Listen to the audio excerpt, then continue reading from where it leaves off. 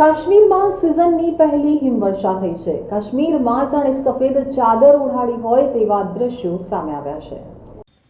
શુક્રવારે જમ્મુ કાશ્મીરમાં ઘાટીના ઉપરના વિસ્તારોમાં ફરી એકવાર હિમવર્ષા અને વરસાદ શરૂ થયો છે.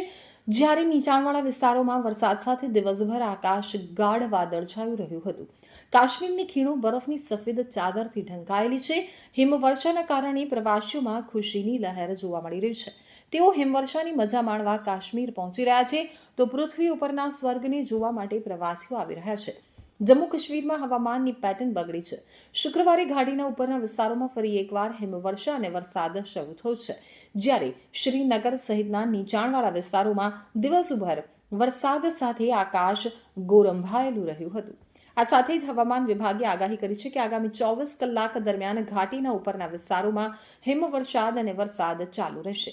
હવામાન વિભાગના જણાવ્યા અનુસાર ચક્રવાત રાજધનતોપ, સાતના ટોપ, સોનમર્ગ, ગુરેઝ, તંગદાર અને મુગલ રોડ પર વહેલી સવારથી શરૂ થયેલી હિમવર્ષા સતત ચાલુ રહી હતી. હવામાન વિભાગે 17 નવેમ્બરથી હવામાનમાં સુધારો થવાની સંભાવના વ્યક્ત કરી છે. તો વેસ્ટર્ન ડિસ્ટર્બન્સની અસરને કારણે સોમવારે હવામાનમાં પલટો આવ્યો હતો અને અફરાવત, ગુરેઝ, તુલાઈ, સોનમર્ગ, મુગલ રોડ સહિત મોટાભાગના ઊંચા પર્વતીય વિસ્તારોમાં હિમવર્ષા થઈ હતી, જ્યારે ગયા મહિને સૂકું વાતાવરણ હતું.